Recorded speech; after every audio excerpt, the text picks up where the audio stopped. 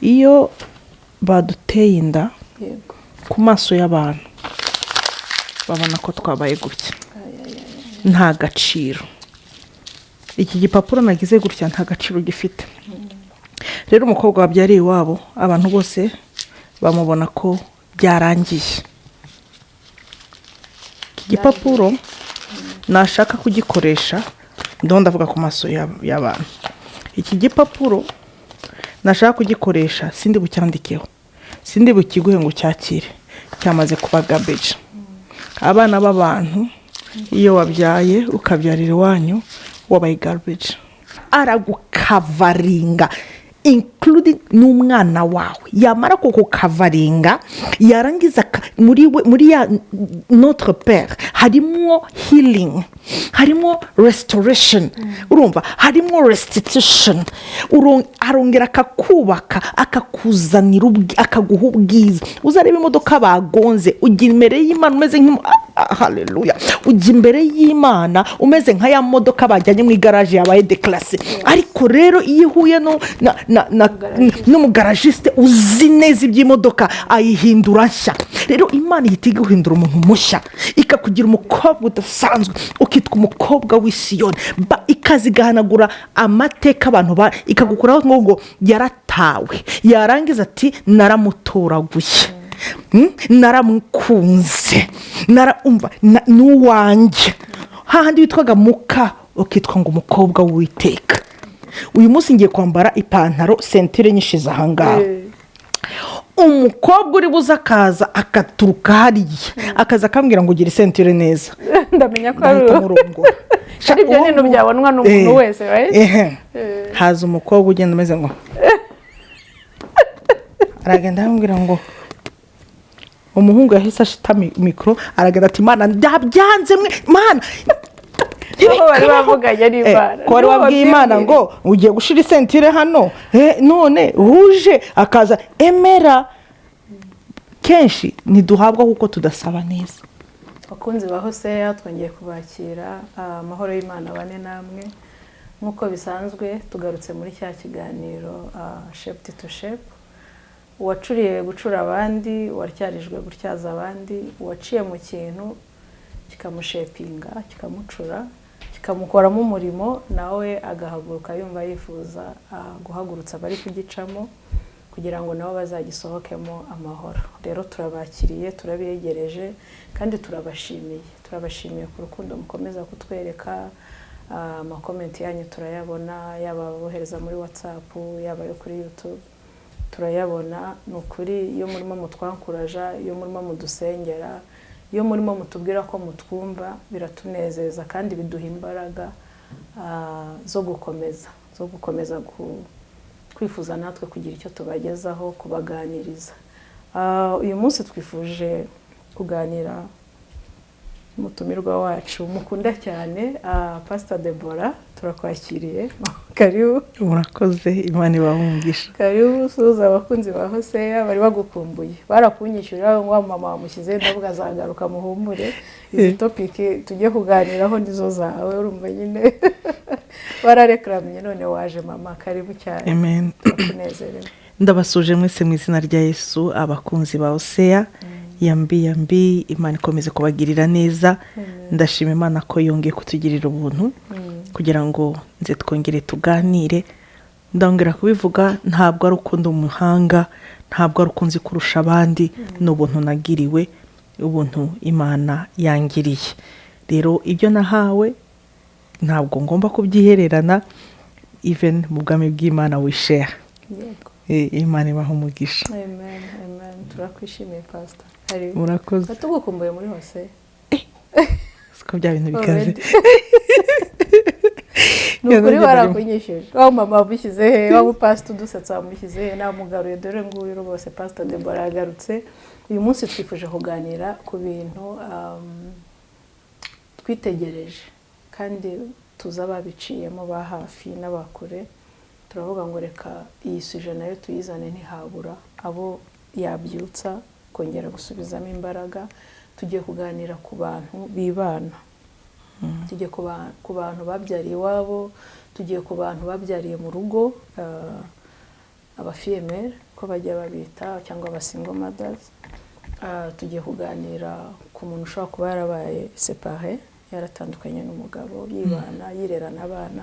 Uwo muntu niwe uyu munsi twifuje kuza kuganiriza, kugira ngo ibintu ari gucamo uko yireba bihindure ukuntu yibonaga. Ahantu yari ari guca yumve ko atari wenyine.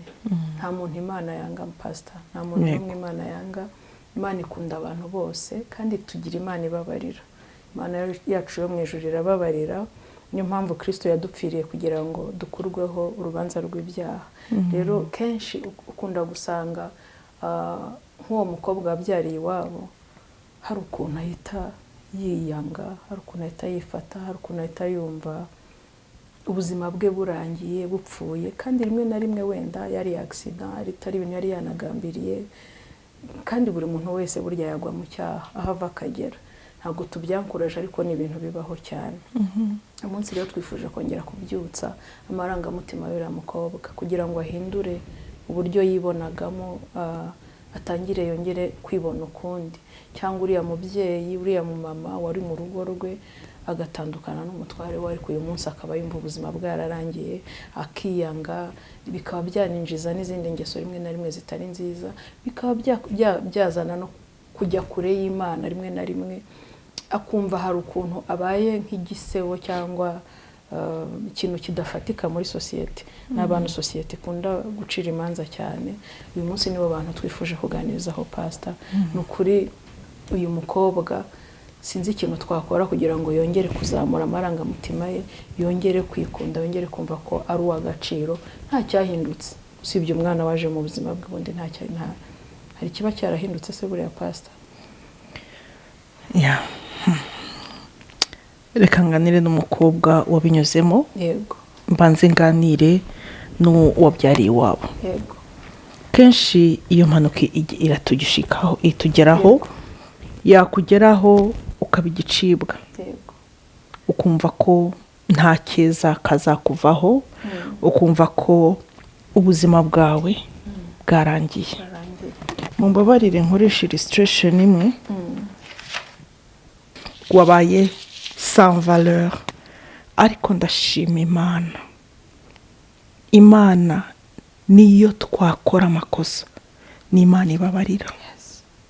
Ikababarira gukiranirwa kwacu. Twayijya imbere tukaririra ngo data nakoze amakosa. Iraza ikavuga ati ngwino mwana wanjye, ngwino nkuruhure. Warangiza kuba ugarutse ku Mana, ndavugana n'ukijijwe n'udakijijwe. Harimo solution kuri bombi. Noneho Imana ikakwakira, ikabanza ikazi kaguvanaho wa mwambaro w'icyaha, ya myambaro uwa wambaye idakwiriye yanduye, ikakwambika umwambaro wo gukiranuka. Yarangiza ikagusiga, ikaguhanagura amarira, hagatangira indi chapita. Muri urwo rugendo cyagihe wasanze Imana, habamo ibintu byinshi. Habamo kubabarirwa, gukira, kubohoka no kongera gusamwa. Iyo waje ukamenya ko ubuhungiro bwawe ari ku Mana, ya Mana kuko ari umubyeyi w'imbabazi, ni Imana itubabarira ibyaha byacu byose twakiraniwe. Ikintu njya nkunda ni kimwe. Abana b'abantu babona babandi bagize ubuzima bwacu gutya, babonye aho twagwiriye, ariko ntibabona aho duhagurukira cyagiye tugiye kwihana. Mukobwa mugenzi wanjye, byarakugwiriye. Ijambo ry'Imana riravuga ngo haracyari ibyiringiro. Nyemerera nkubwire ngo ibibona ni iby'akanya gato, ariko imbere hari ibyiza. You are fearfully and wonderful made. You are not an accident. Yes, wagize impanuka, ariko iyo mpanuka ntabwo ishobora kukudefininga who you are. Wagize yego wagutenda yarakomera ko muzabana akaguhinduka, uwo ni umwana w'umuntu. Umwana w'umuntu arahinduka, ariko ndashaka kukubwira ngo uyu munsi mera nka wamu damo, wa mudamu w'umusamariyakazi igihe yahuraga na Yesu. Nakunze ikintu yakoze ngo ya dropinze jaga yaraje yaje kuvomeshamo agishira hasi agenda abwira abandi. Impamvu mbikubwira, dropping excuses arizo zose, dropping kutababarira, babarira nurangiza we ureke Imana igukorere ibyo yakagombaga gukora. Imana irazigahindura ikarenewing. In the eyes of people there is no hope, nta keza, ariko imbere y'Imana iyi chapitre iribagirana. Bibiliya iratubwira mu Cyongereza ngo forget, ngo do not remember the former things. I will do a new thing. A new thing, it's a new chapter. Yanditseho kubabarirwa, gukira, kubohoka n'amahirwe mashya. Uyu mugoroba wa none wireba ibyo amagambo abantu bakuvuzeho, reba icyo ijambo ry'Imana rivuga ku bugingo bwawe. You are fearfully and wonderful made. You are still beautiful. You are still unique. You are still precious in the eyes of the Lord.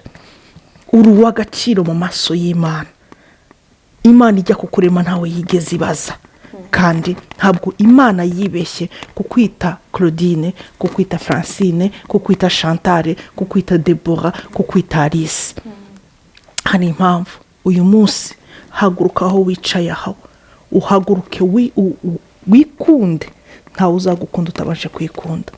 Nubyuka wihanurire uvuge ngo ndi umukobwa udasanzwe, ndi igisubizo kuri societe, ndi umubyeyi, ndi umufasha Uwiteka Imana yanteguriye. Impamvu mbikubwira niko nanjye byambayeho. I am a pastor, ndi umufasha. Impanuka yambayeho ariko sinsa nk'impanuka, nabaye igisubizo. Ndaje kukuganiriza nk'uwagiriwe neza kugira ngo nongere ngo shapening. Uru rugendo ntirworoshe, witwa amazina, abantu bakwita amazina, ariko nturebe ibyo abantu bakwita, ahubwo wibuke iki ijambo ry'Imana rivuga ku bugingo bwawe. Wowe utarakizwa, ndashaka nkubwire ngo haracyari ibyiringiro nawe. Nta handi uzabonera ibyiringiro uretse ku Mana. Uza hanze ya Kristo uzahorana abapenina bakujomba igikwasi, ariko kuri Kristo naho hazaba hari penina, uzamenya uwakuremye, uzamenya umwe yakubwiye ngo nzi ibyo nibwira kukugirira ni byiza si bibi. Ndashaka nawe nkubwire ngo haguruka, va mu kwiheba. Yikunde pastor. Niho naringiye kugenda. Ikunde mbere ko umuntu azagukunda, mbere yuko wa undi Imana kuremye azagukunda, ni wowe uzabanza kwikunda, kuko uriya azaza kongereza ku rukundo wikundaga. Uyu munsi reka kugenda witanga, wigurisha, ugenda uryamana n'uwari wose, kuko umubiri wawe it's a temple. Urusengero ruhora ruklininze, urusengero ruhora rusa neza. Uyu munsi ndakubwira mwene data, uri inshuti yanjye naho utarakizwa, ndagukunda kuko Imana idukunda twese uko turi. Haguruka aho uri, va mu bibi. Hari igihe twebwe twumva ko twabyaye ntawe uzongera kutureba. Iyo mentalite yihanagure. Akenshi na famille bigiramo uruhare. Aho naho vraiment abatante, abonka bose bari kumva ko yanduje umuryango, yanduje ateye igisebo iyo famille, bagatangira nabo kumuca intege. Hari n'abaca ku ruhande bakamwemeza ko iyo ndagomba kuyikuramo or something, ibintu nk'ibyo, icyo kinyendaro cyawe, ibintu nk'ibyo, famille ikamuhagurukira vraiment akamera nk'umuntu ubaye abandone, ushyizwe ku ruhande completely, ngo kuko yatwise cyangwa yabyaye. Ugasanga rimwe na rimwe uko nta umuhungu nta kintu bajya bamubwira. Kenshi usanga umuhungu itari big deal, usanga umukobwa ari ufata amabuye yose, niwe wakira ibyo bamutera byose. Uradusebeje, dukojeje ikimwaro, tugize iki, upfuye nabi, you know. Ugasanga famille niyo yabigizemo akenshi uruhare. Yatari umama bari umupapa, yatari abunga bari famille wamo, usanga nibo babigize big deal. Bituvuga turabizi, menya na makese tuzi cyane hanze ahangaha mu nshuti zacu no mu bavandimwe bacu turabizi.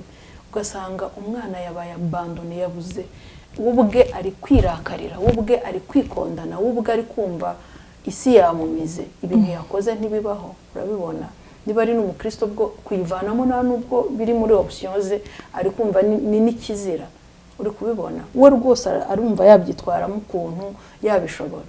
Ugasanga pressure ya famille, bari kumushyiraho pressure, ugasanga ari kumva Imana yamurakariye, nawe ubwe yirakariye, ari kwikondana, ariko noneho na ya entourage ya society ya famille bose bamuhagurukiye, ebana bakanuye amaso kubona amagambo yabaye amagambo.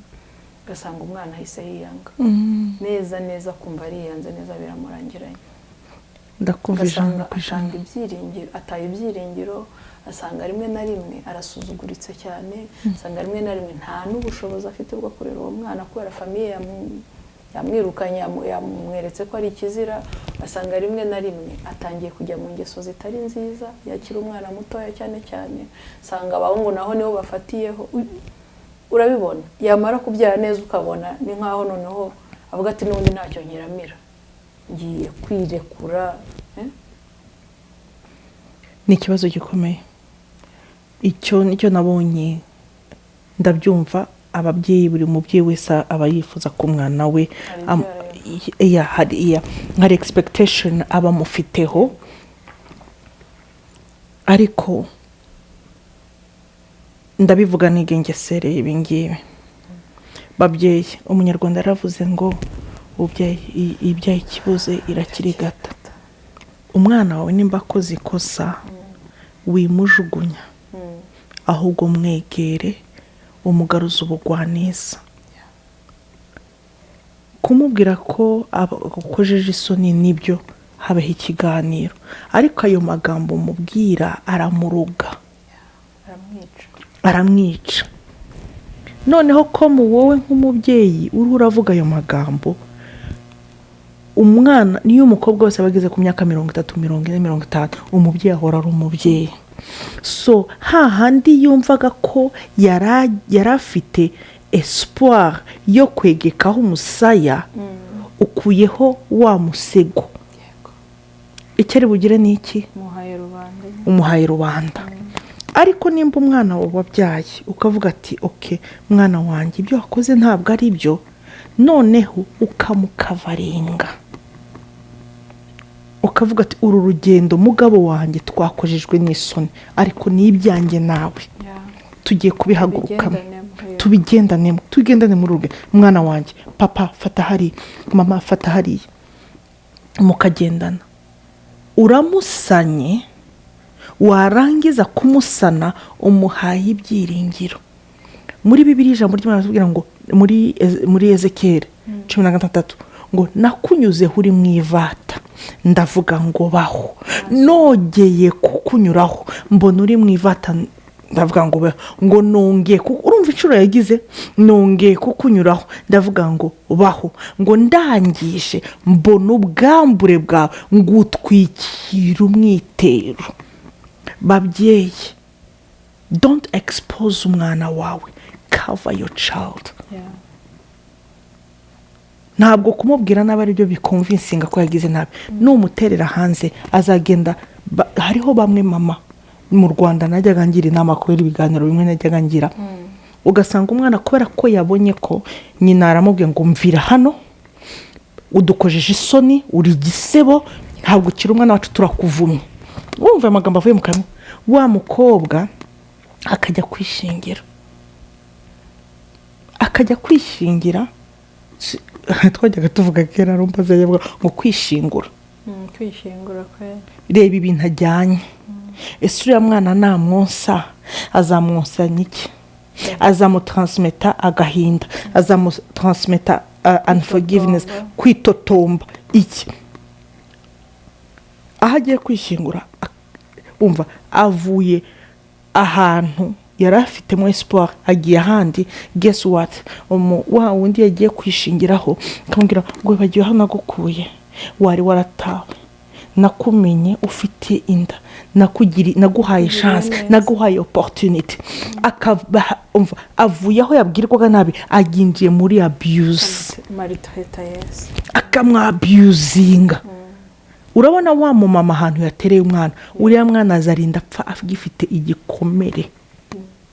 Bamwe bariho uwo nzi yendinze yapfa yiyahuye. Rero babyeyi barwara depression, bamwe niho bigira kumutuyoga, bamwe niho bigira gutukana n'ibyo byose, abandi bakindenga no kuba mwindaya. Nacyo kanja gufasha indaya ahantu ntarenze kuvuga indaya muri quartier y'indaya, ariko nza gufata igihe nicara nabo. Bamwe bagiye baba raped, baratwita n'abagabo bakuru babo, undi umuoncle, undi umukuza, undi ari bo babateye inda. Barangiza babandi babateye inda bakigira nkaho bari perfect. Mu musohore adukojeje isoni, kandi abize neza ko ramufashe ku ngufu, ari bamufashe ku ngufu. Mbere yuko uwo mwana umucira urubanza, banzo mwegere ubanze wumve. Pastor, umwana ni umugisha. Umwana ni umugisha. Bibiliya itubwira ko umwana ari umugisha, n'umwanda uturuka ku Uwiteka. Umwana ashobora kuba yinjiye muri façon itari nziza, muri façon bamufashemo ku ngufu, muri façon yasambanye, yakoze icyaha, ariko umwana uvuyemo akaza ari umugisha. Niyo mpamvu turi kubwira uyu mubyeyi ngo wikwiyanga, uwo wabyaye ni umugisha. Uwo wabyaye ntabwo uzi ikizavamo. Dareba inkuru ya Dawidi muri Bibiliya, arunguruka hejuru y'urupanga akabona Betisheba barimo yuhagira, yari mukarunaka ariko bararyamana nyine. Umwana wavuyemo yarapfuye, ariko uwo mugore nyine witwa ko wakoze ibyo ngibyo bitavugwa bitabaho, niwe wabyaye umwana w'umugisha, waje kuva mu Salomo, niwe waje kubyara umwana w'amasezerano. Ntabwo cyangwa Hagari, none Hagari muri Bibiliya umukozi wa Sara yarahunze agiye, ugati mabuja amereye nabi, angeza ahantu ndahunze, yihebye, agera ahantu mu butayu nta n'icyo kurya, nta n'icyo kunywa. Umwana abona umwana agiye kumupfiraho, ariko Imana iramwibuka. Imana iramubwira ngo have sigaho, kaguta umwana wawe, nzakugirira neza, subira kwa nyokobuja wihangane, nzakugirira neza. Ntabwo Imana ikwanga kuko wakoze ishyano ngo watwaye inda ngo wagize ibi. Ayo ni amagambo y'abana b'abantu, ayo ni amagambo ya famiye ibabaye, kandi nawe gerageza uyumve. Yewe uwo mubyeyi ndamwumva ijana ku ijana yabaye disappointed, nk'uko wabivuze. Yari afite expectation, yumvaga hari indota afite kuri uwo mwana. Wenda yararangije secondaire agiye muri university, wenda yararangije university yumva agiye kurongorwa nawe akazashyingira. So ko habayeho kwikanga, ko habayeho kubabara, ko habayeho no kurakara, it's normal.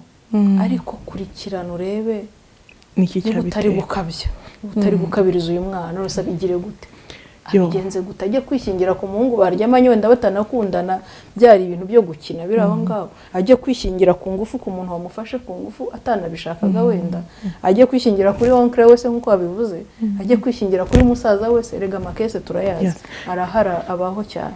Reka nkwereke ingaruka zabyo, kubaho kwihangana cyane, no kwihanganira na gukora. Imana igumugisha aho ngaho ndahakunze cyane. Umubyeyi kubera kutihangana, reka nkwereke ibintu creating. Ejo bundi ari ikiganiro nabonye, amarira yaramanutse, numva ngize agahinda. Uyu mukobwa twavugaga bateye inda, baramurepinze, abyaye umwana. Kurepinga ubwo no gufata ku ngufu.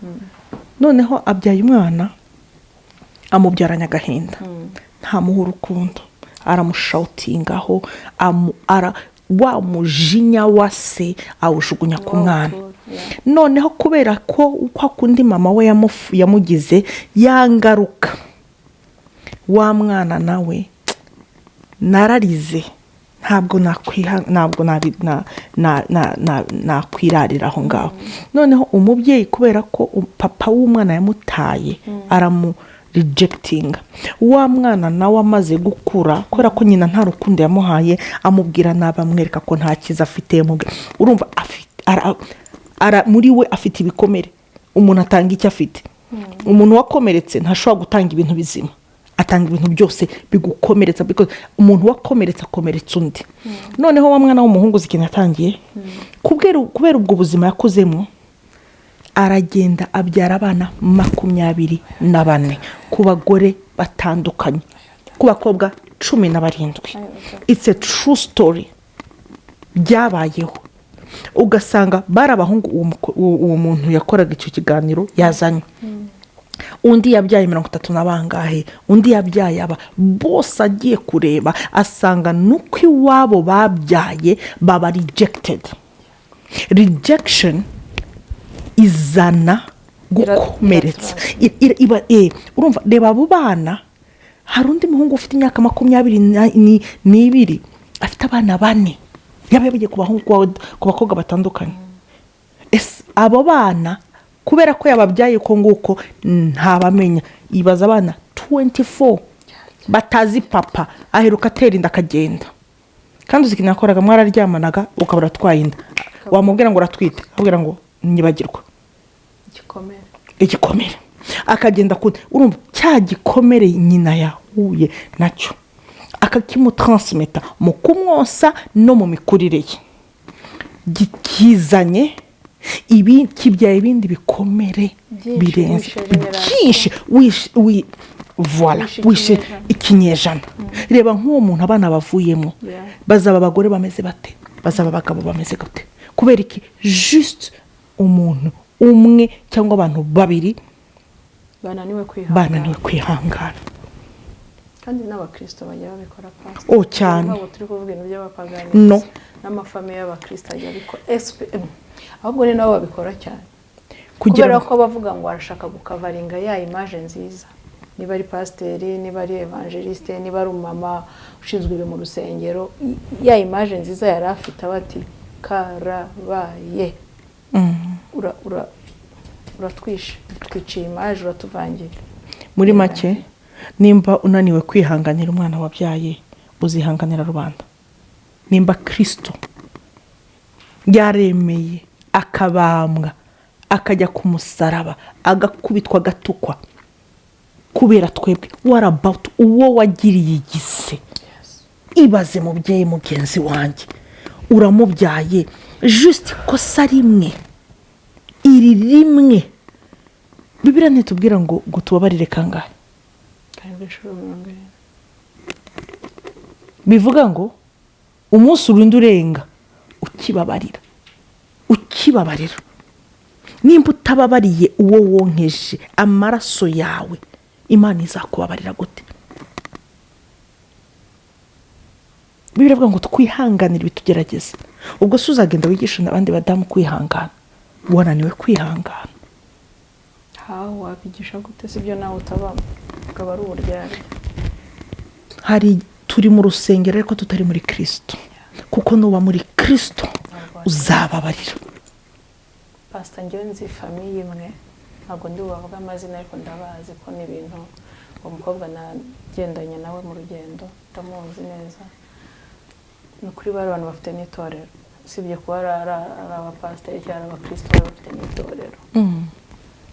Umukobwa bareraga ni yese wabo, yari yarabuze ababyeyi, baramufata baramurera, intambara irangiye, ukuri aza kugira gutya atwara inda.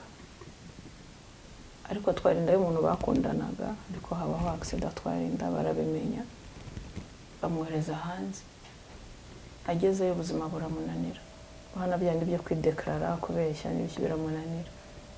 Waracyakunda wa muntu, arongera abwira igihugu yagiyemo ndashaka kwitahira, agaruka mu Rwanda. Bahungisha wa mugabo noneho birukana mu gihugu. Umwana yarastrogorinze, ariko icyo nshaka kuvuga abantu bari bafite itorero. Iyo duhura nkayambwira tugiye gusenga, akambwira ngo nibyo basenga ngiye ntukabimbwiye. Kubera iki? Buri munsi bamukoreraga inama amurusha uburyo agomba kuva muri urwo rugo akareba aho ajya kwangara kubera uwo mwana, kubera icyo kinyendaro nk'uko babivugaga. Noneho hejuru y'ibyo rero bafite abandi bana, bakajya bagurira abo bana ibintu byiza cyane, abana batoya byavuye hanze, ibindi byavuye hehe, umwana we ntibamugurire. uwo mukobwa arwara depression mu rwego rwo hejuru kuko n'umwana washukuriye ibintu abandi bana bafite we adashobora kubigeraho access agomba kwirwanaho kugira ngo nawe mugurire udukweto twiza mushyire mu ishuri ryiza kuko n'abandi bari mu ishuri ryiza niho yatangiye kwiga kujya mu burara ntabyo yagiraga ntabyo yari azi imbere urumva abuze wa muntu yakundaga famiye iramwanze baramukorera inama zo kumwirukana every single day ari kurwana no kugira ngo umwana igihe cyo gutangira ishuri kirageze bizi ko mu Rwanda batangira ari batoya ari gushaka nawe kugira ngo amushyire mu ishuri rigaragaye neza ko abantu bari abakire bo mu rwego rwo hejuru ariko biranga atangira nawe kujya mu ngeso zitari nziza gushakisha iki amafaranga no kugira ngo arebe ko umwana yamutunga rimwe na rimwe famiye niyo ifata vraiment uwo muntu ikamuhereza satani gutyo aje kumbwira ko bafite urusengero ndavuga subiramo numve ngo yego n'abakozi b'Imana bakomeye cyane anjyana ahantu n'ukuri byanteye amatsiko njyayo ndicara ndabareba ndavuga wawo kuko umwana arabayeho nabi pe so ibintu turi kuvuga ni case tuzi n'ibintu biriho ni ibintu tuzi nabo turi kubwira barabyumva barabizi ugasanga uwo muntu umugize ikirara atari uko ashaka kuba ikirara hari n'abahita bajya mu buraya bwa vrai bwo kwicuruza cyangwa rero ko umwana yazavamo ikintu kandi wenda afite famiye igaragara neza yishoboye ifite ubushobozi igaragara undi umukozi w'Imana ati DJX umukobwa we yasamida afite imyaka 13 past 13 Sarah Jax arangije papa we aravuga ati byabaye nta kundi ngo akajya agafata imagine umwana w'imyaka 13 n'ubu ni mugufi wa mukobwa imagine ku myaka 13 ko yareshyaga ariko akamufata niyo ndigera hari akaza akamicaza ngo ku ntebe ya mbere bakicara mu materaniro naramurinda araguma mwaturaho iby'Imana mumubwiyeho ataranavuka araguma bimwatura hamwe ati uzaba umukozi Imana ukomeye ubu n'ubuhamya buje mu buzima bwawe uzakorera Imana uzabwira abakobwa bagenzi bawe ko bagomba kwitwara aba proud ahubwo arushaho no kumukunda cyane ubu n'umukozi w'Imana uri kuvugira Imana uri gukiza imitima uri kuzana benshi kuri Kristo Sarah Jax arimo kwiga Afrique du Sud hari umukobwa we yageze gutya aratwita umunsi abimenye ari ku cyumweru mu gitondo umudamu aramubwira ngo reka twagushije ishano agiye kujya gusenga ati byagenze gutata umukobwa wacu aratwite ati nuko bimeze ati nta kibazo tumuze tujye gusenga uzi ikintu cyabaye cyarankuzeho ni isura nzi neza umupapa hageze isaha yo kubwiriza arazamuka arababwira ngo nagira mbabwire ko uyu munsi nakire pasiteri wanyu uretse wumva abandi bati karabaye pasita bigenze gute ati nishuwe bamwe byagenze gute ati umukobwa wanjye namenye muri iki gitondo ko atwite none mumbabarire ntabwo nyishoboye kuyobora itorero hagira undi aza ayobora itorero abakristo bose aho kugira ngo bamuvugirize induru uzi ikintu bakoze baragiye bamusanga ku gatuti bamusanze ku gatuti baramuhobera baramubwira ngo you don't need to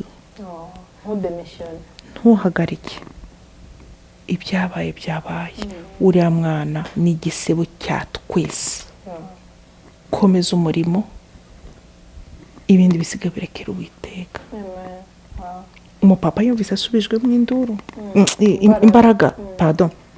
imbaraga bimutera gukorera Imana kurusha wa mukobwa we aza gukizwa agera ku musaraba ubu tuvugana n'umukozi w'Imana wagize Imana arongorwa n'umukozi w'Imana ufite amafaranga w'umukozi ubu afite itorero ni mama pasteur ese kuki mumbabarire ukuntu ngewe mbyumva nagiriwe amahirwe naho byambayeho nta wigeze rejecting ahubwo nicyo gihe neretswe urukundo ntibyari byoroshye ababyeyi banjye barabyangiriye ariko here I am bisiyo data na mama baza kuba baranjugunye mba ndiye reba umukozi w'Imana uri buri munsi. I'm a woman of God. Urakiza imitima every single day, uradelivera abantu, urasengera abantu, ugira abantu inama. Ndashaka kubwira ngo wa mubyeyi we, uyu nguyu ujugunya ntabwo uzi icyo azavamo. ntuzi icyo azavamo. Ikindi nacyo, umwana uriya muzukuru wawe ushize ku muhanda umuhaye nde? Umwana peu importe inzira yazemo, n'umugisha. Ngewe kubwanjye rero ikintu numvaga kumwaturiraho amagambo, kuvuga amagambo mami, it's not a solution. Ntabwo aricyo gisubizo. Ahubwo mwegere, uzi ikintu wakora uri umubyeyi, egera umwana wawe umushyire muri presence y'Imana, uvuga uti mwana wanjye ibi birabaye, reka twihane. Yego. Ukicara nawe ukihana. Wamara kwihanana nawe, ikintu kiba n'iki, ukatangira ukamwereka urukundo rw'Imana. Ntabwo umubwirije ijambo, uhinduka ijambo, kumwerera imbuto, kumukunda, kumwereka kwakira ibyiringiro. Impamvu umwereka kwakira ibyiringiro wamuhaye nuko utigeze umuposa, ahubwo wamwiyegereje. Imana ibaho umugisha. Imana ibwire benshi.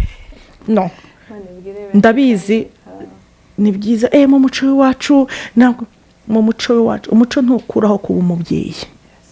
Amusore kuvuga ibi ngibi and I'm ready ku muntu wese uzavuga icyo ashaka, sukubahuka, ariko umuco ntukuraho kuba umubyeyi. Ahubwo umuco utwigisha iteka ryose. Umuco wa mbere ugomba kugira ni umuco wo gukunda. Apana culture. Umuco wa mbere, culture ya mbere, it's about love. Ntubara abaririmbyi bose bagira ngo baririmbe indirimbo z'umuco nyarwanda, nuko baba bakunze. Akunda umuco, yakunda umuco, agahangira muri wa muco.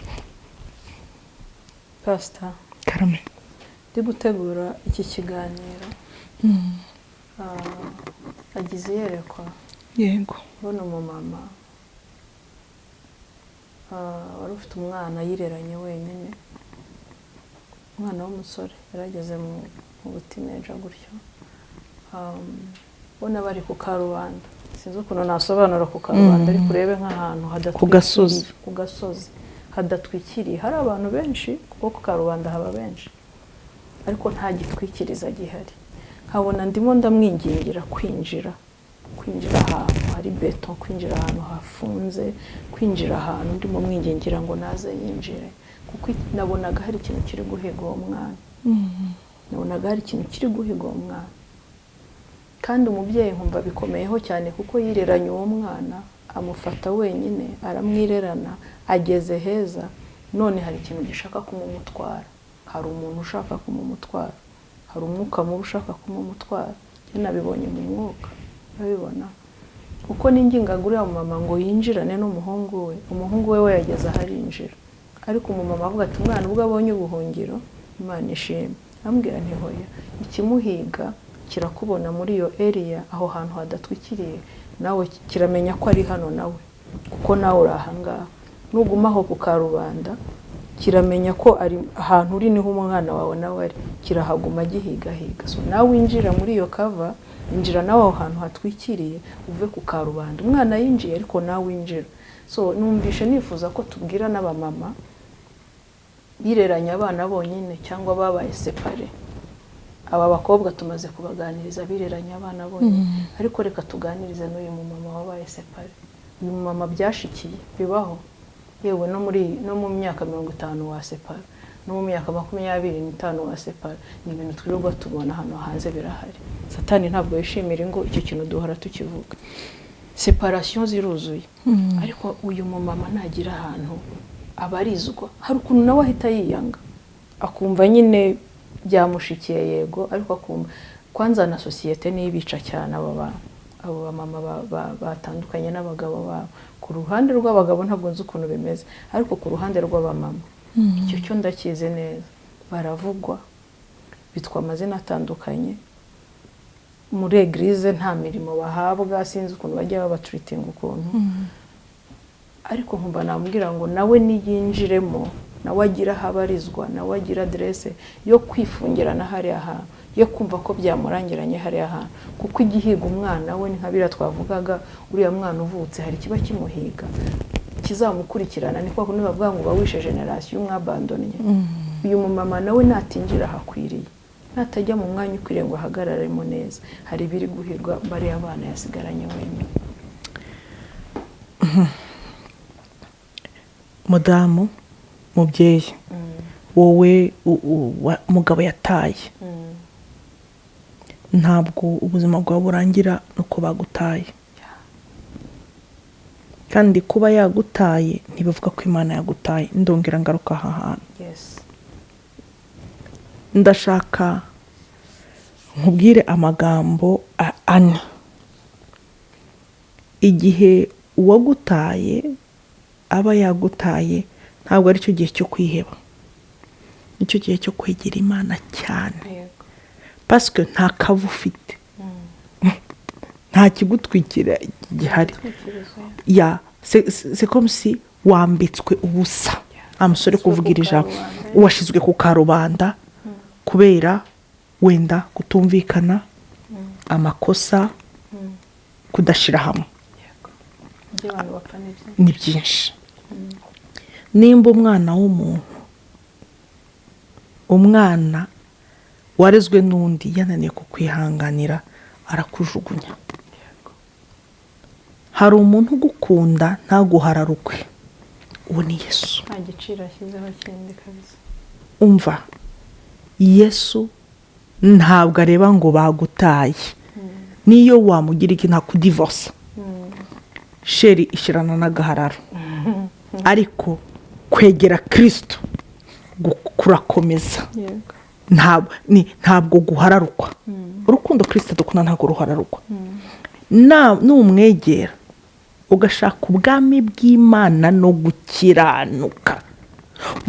Umva, uyu munsi twaganire n'umudamu umwe, shize single mother, ariko ni umudamu nahagarara nkahamiriza. Twara turaganira avuga ngo uzi rya jambo ya kwa gusenga rukuvuga ngo notre père. Voilà, il y a notre père.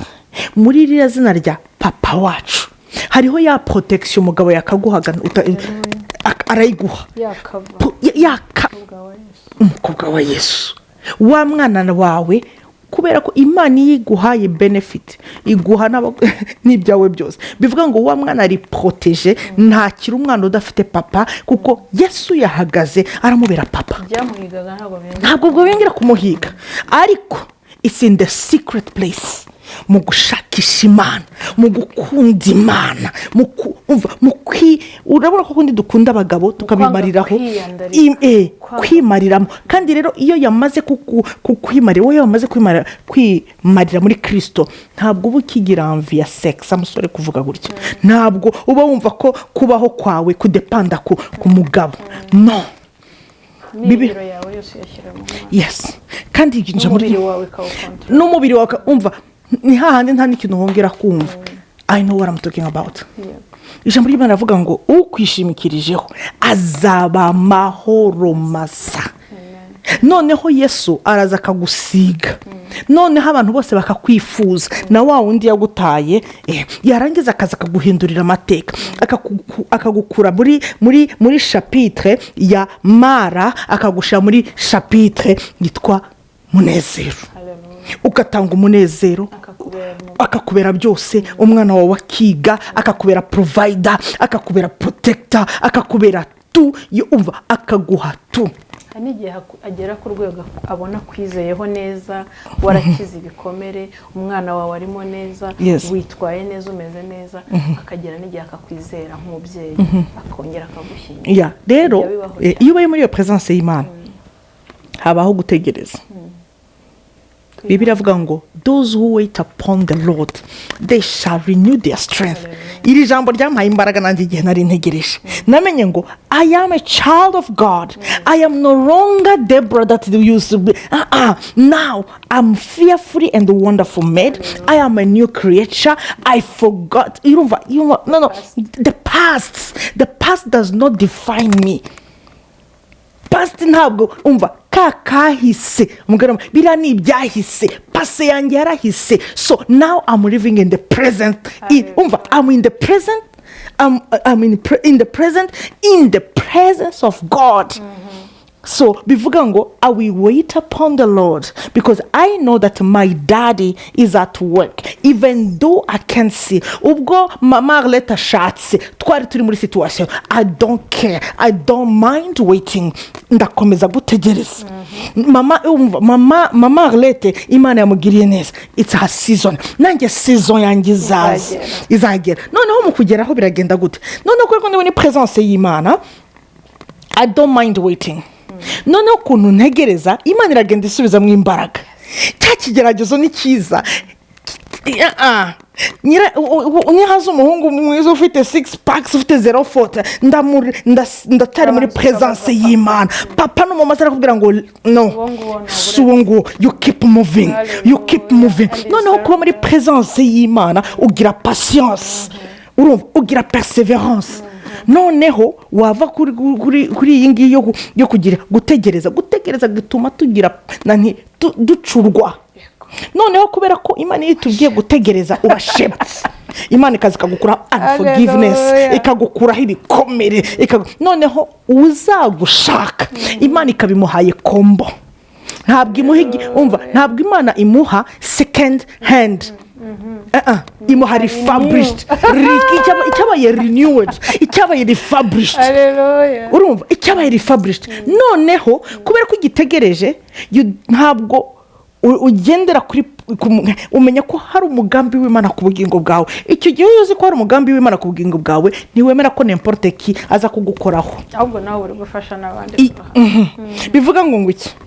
Kubera ko I'm waiting upon the Lord, I'm getting strength from the Lord in the presence of God. Ntabwo nemerera uwo ari we wese uje ngo aze ngo nkore ku gituza. Ntabwo amabere yanjye ari avoka ngo bakorakure. Reka da, nta nubwo ndi bwemere ko ari we wese aza kuntestinga. Sindi ubunyobwa. Mu Rwanda iyo ugiye kugura ubunyobwa barakubwira ngo reka mbanze. No, ntabwo baguhonja. Harya ni uguhonja. No, haruzare muri Costco bajya babigira ngo mbere yo kugura banza uhonje. You are unique. Because urabona ikintu kiri unique muri Costco ntibagitanga ngo utest. No. So icyo gihe rero kubera ko uri muri presence y'Imana, uri muri periode yo gutegereza, ni yaje uramubwira ngo stop. I know who I am. I am a child of God. I am a daughter of Zion. I am a living testimony. I am in process. I know where I'm heading. Please don't touch. Hallelujah. Kubera ko watsinze Imana itishirikina, do not touch. Do not touch. Munyehomuriza. Umva ntumonje. Amabere yanjye ntabwo ari avoka kugira ngo uzukoremo. Reka da, avoka niyo mbere ko reka mbabwira tuvugisha ukuri. Mama iyo tugiye kugura avoka no hano urabanza ugakanda isirahiye. So amabere yacu ntabwo ari gukanda. Wiha agaciro. Noneho warangiza kwiha agaciro, hari ikintu tujya twibagirwa. We always think that umugabo ari uzakubwira ko uri mwiza. No. Yesu Imana ubwayo irabivuga. Jya mu kiyo. Zaburi y'139 umurongo wa 14. Voilà. Iravuga ngo I am fearfully and wonderful made. Mu buryo butangaje. Voilà. Nurangiza ikintu cyamfashije narazaga nkireba nkakubitaho urusharevre nkavuga Deborah uri umukobwa udasanzwe. Mafu naho nabyaye ndacyari umukobwa. Ndi umukobwa udasanzwe. Ndi umukobwa w'Uwiteka. Ndi igikoresho cy'Uwiteka. I know who I am. My God, I thank you. Ndasanga papa wanjye wandemye. Nimba Deborah ndasabona ukuntu papa wawe asa. Deborah uri umunyembaraga. Deborah ntuzemera bagushuka. Deborah ndagenda niremamo. na umuntu azakumbwira ko ndi mwiza uzarebe uyu mukobwa twabye bakubwira ngo uri mwiza ngo uranshi iki kubera ko ntabwo ubuzi nikote uriho n'ubuzi niba uri umugore n'ubuzi niba uri umukobwa ubura ikintu kiri hagati imbere icyo nkundira kwa Jesu icyo nkundira uri muri Jesu iyo statue iba yavuyeho hari indi statue uhabwa yuko you are a child of God wowe umukobwa w'ibwami yes uri princess imbere y'Imana noneho warangiza icyo ngicyo noneho ukavuga uti ibyo ukora byose ntabwo niringira ubwenge bwanjye ndakonsulta papa bakuzanire wajya no gukora interview ukavuga ngo no ntabwo ndiho niringiye ubwenge bwanjye papa speak through me papa ntubwenge biravuga ngo ubuze ubwenge nagira iki nawusabe apana ubwenge bwo kuba wagiye mu ishuri ubwenge buturuka hera hahera ubwenge bw'Imana urumva noneho iyo bigenjeje gutyo hari abakobwa baza bamuhungu akaza kumutereta agenda agafata ifoto akaza ahangaha hari Eric ahangaha hari Alexi ahangaha hari Charles ahangaha hari y'abandi bose akajyaza boring y'umukoto bata kashe zunguruka n'uyu nguyu urakoresha ubwenge n'uyu nguyu none akavuga ngo bana ngo nifungura amaso uwo ndeba n'uwo nguwo urebe umva urahuruturika ibombe kizaza kikaguturitsa kikavuva kuvana mu bushake bw'Imana bisaba vraiment kuba ubitsa ahantu muri presence y'Imana ukavuga ngo Mana ijambo ry'Imana ravuga uti nzi ibyo nibwira kubagirira ni byiza si bibi ukavuga ati Mana muri abanga let your will be done ndabishize Mana umpishurira apana kuvuga ngo Mana nyereka muri iri joro ndote urarara uvuga ati mfite amatsiko kumubona urarota wowe undi wumva ushaka ariko Imana ibifite ukuntu hitiza ikakubwira ngo ni Patrick pastor n'igihe bipfa ku munota wayo ugasanga umuntu yabaye desuya kandi arimo arasenga ariko baza Imana niba bipfe ku munota wa nyuma uri kubaza Imana Imana buri hari icyo yakurinze urakoze ko bipfuye invitation zarasohotse buriya hari icyo ndinze kubera ko uri muri presence y'Imana right uba mu bwisho bw'isumba byose azabara mu gicucu cy'ishobora byose niba yemerera ko ishobora byose igira ahantu wemerera ko ikontrol ibyawe koko bya vrai rero nibipfa habura amasegonda uvuga ngo amen kubera ko nimba uri umukobwa wisumba byose ukaba Yesu waramwihariye ukavuga ati nakira umwami n'umukiza n'umucunguzi aza kubere byose ntabwo ari ukigenga ni Kristo uri muri ukugenga bivuga ngo ibyo ufite ngo muri mbyaraje ngo ibyo ntunze nanjye ubwanjye n'iby'uwo mucunguzi urumva ntabwo nakubaho ntakubaho bivuga ntabwo ari wowe ni Kristo muri wowe haza umuhungu ufite BMW ya nyuma asa neza afite fresher mama ziriya 04 azazi gucana gutereka inyotera ari kumwe n'undi mukobwa ariko hazaza wa undi uturutse ku Mana agendera kuri moto mugendera kuri moto mwembi mugiye gusenga umugambi w'Imana ugasohora nuhaganza mu mugambi w'Imana n'ibindi byose bizaza amen abwirwa benshi akumva beneyo tugerageje kubaho ibyo dushoboye ariko icyo numvishemo gikomeye cyane nukongera kwikunda nukumenya uriwe kandi ibyo byose ntabwo wabigeraho utari muri presence y'Imana ubishobozwa na Kristo guha imbaraga ntabwo umwana w'umuntu yabigushoboza n'umubyeyi yagukunda ariko harahatagera ariko uri muri presence y'Imana byose birashoboka ndashaka kukubwira umukobwa ikintu kimwe naje muri iki gihugu nzakomeza kubivuga ndi umukobwa abantu bakambwira njya kuburana biranga noneho umuntu arazarambwira ati waretse nkakurongora ari umuhungu mwiza ukora muri guverinoma ufite ibyangombwa ufite inzu nziza ndamubwira nti ngiye ububona uri muri jyewe ntanyemerera hari abahungu benshi banyifujije ndanga uzi impamvu narinze ijambo Uwiteka yambwiye ndavuga ntabwo ari jye ukigenga Bibiliya iravuga ngo hari inzira iganiye bugufi iganisha muri imbukiro kandi ngo nicamo benshi byose naranze ariko reba after 13 years presidence ndayicaranye Imana yarampaye umugabo nshigikira, umugabo nkunda, umugabo mfasha mu murimo w'Imana. Rero nawe kuzinduka kare siko kuhagera. Ntabwo uri muri competition, ntabwo uri mu irushanwa ryo gushaka umugabo. Buriya irushanwa ry'amagare, hakaba irushanwa ry'amamodoka. Ntabwo uri mu irushanwa ryo kugira ngo ubone umugabo. Ihangane, reka bahite. Biriya byose ubona ko bigenda bishashayininga, ejo uzasanga ugeze hari imbere ugasanga batandukanye, ariko Imana ikakubwira ngo hariya hari umutego, tegereza. Iby'Imana birya barambije, abarambiwe bagiye. Iyo Kristo ari muri wowe ntabwo ari n'importe ki. Uzarebe hari imyenda ibihenze idapfa kuba affordable ku wari we wese. You are very expensive. You are very expensive. Value yourself. Maze kugira naravuze ngo nta muntu uzongera kunkoraho. Umubiri wawe uyu mubiri si uwanjye. And then now here Imana yangiriye ubuntu. Sinshatse. Reka ntabwo ari ukwiyemera. Uzi iyo utegereje ibyawe byose biba biri very byarateguwe neza. Yeah. Urya ibihiye. Urabizi tuganira nkubwira ubuhamya. Ndakubwije ukuri ngo sinicuza. Hari igihe ndeba abandi bose twari kugira, bamwe bagiye bapfa, mbane tw'umupfakazi. Ushobora kurira ngo uyu nguyu yanyanze. Imana yakubwira ati iyo waruzi kuriya ejo azataha, uriya azacika amaguru, uriya azagira stroke akamera ngaha, warangiza ukazajya ugira isoni ukamuta mu rugo. Imana ibasha kureba aho twe tutabasha kureba. Tegereza. Ibi biravuga ngo tegereza Uwiteka. Ugize iki? Wihanganye. Apana gutegereza muri nuriya cyangwa se nuriya. Wishakira. Uzi ko hari n'abajya mu rusengero bavuga ati Mana, I'm waiting.